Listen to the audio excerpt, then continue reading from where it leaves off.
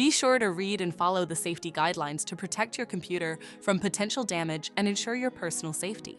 For more information about safety guidelines, see the owner's manual at dell.com/support. Before you begin, turn off the computer and disconnect all the attached peripherals.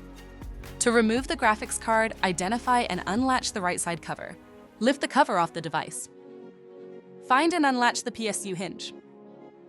Move the tabs to the unlocked position and lift the hinge to open it.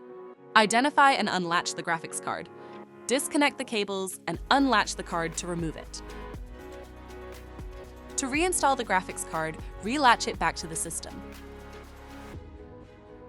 Reconnect the cables and relatch the card. Push the PSU hinge down to close it and move the tabs to the locked position. Relatch the right side cover to the system. For more information about your Dell system, visit dell.com/support.